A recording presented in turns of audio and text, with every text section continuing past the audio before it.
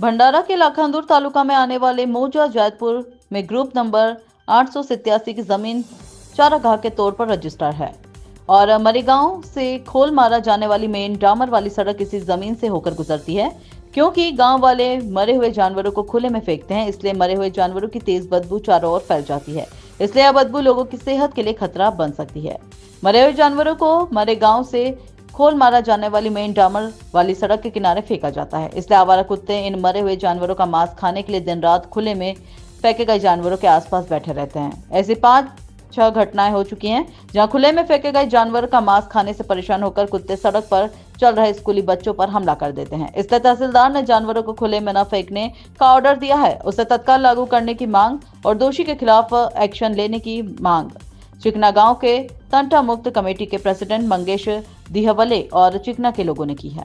आइए देखिए पूरी खबर विस्तार से। भारत नेशन के लिए प्रकाश नागतोडे की खास रिपोर्ट। मंगेश दहिवले, मी मागील 9 वर्षापासून चिकना ग्रामपंचायत तंटामुक्ती अध्यक्ष म्हणून कार्यरत आहे।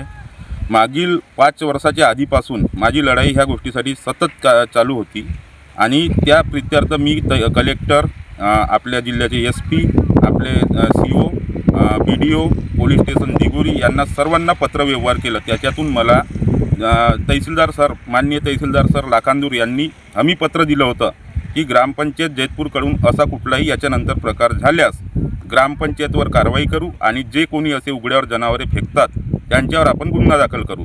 याचं एकच म्हणजे माझं हे सांगण्याचं आणि लढाईचं कारण म्हणजे हे जे मेलेले जनावरे इथं फेकतात त्याच्यामुळे माझ्या गावातील मुख्य रस्ता हा इथं लगतच माझ्या गावचा मुख्य रस्ता आहे जो बारवा बाजारपेठेत जाते। आम्हाला छोट्या छोट्या गोष्टीसाठी बारवा बाजारपेठेतच जावं लागते।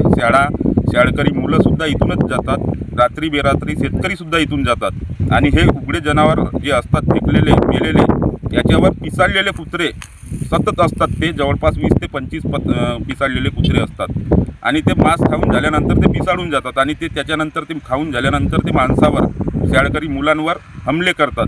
माझ्या गावात आतापर्यंत 5 ते 6 हमले मुलांवर झाले आहेत। त्याचा जिम्मेदार कोण?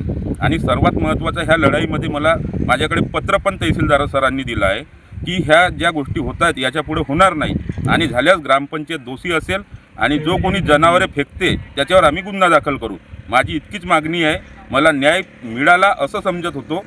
तहसीलदार सरांच्या पत्रव्यवहारानंतर कदाचित 4 महिन्यापर्यंत हा मॅटर बंद होता, मेलेले जनावरे फेकत नव्हते, पण परत हा चालू झाला आहे पुन्हा यांचा।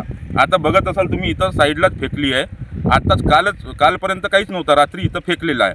आता इथं पिसाळलेले कुत्रे येणार आणि जर एखाद्या मुलांवर जर हमला केला ते पिसाळलेल्या कुत्र्याने, याचा जिम्मेदार कोण राहणार? ग्रामपंचायत, तहसील प्रशासन या कलेक्टर प्रशासन या आरोग्य डिपार्टमेंट। मला या गोष्टीसाठी न्याय पाहिजे आणि न्याय जर मिळाला नाही तर आम्ही पुन्हा हा प्रयत्न सतत चालू ठेवू आणि सदर ग्रामपंचायतवर कारवाई झाली पाहिजे, कारण पूर्णपणे जिम्मेदारी ग्रामपंचायतनी घेतली होती। तेथील ग्रामपंचायत अधिकारी नागदेवे सर यांनी स्वतः जिम्मेदारी घेतली होती की हा प्रकार पुन्हा होणार नाही आणि झाल्यास आम्ही त्या व्यक्तीवर गुन्हा दाखल करू आणि त्यांच्यावर योग्य तो दंड शासकीय नियमानुसार आखू। आणि माझं तर म्हणणं आहे की या सर्व कारणास दोषी ही ग्रामपंचायत आहे, ग्रामपंचायतवर कारवाई झाली पाहिजे।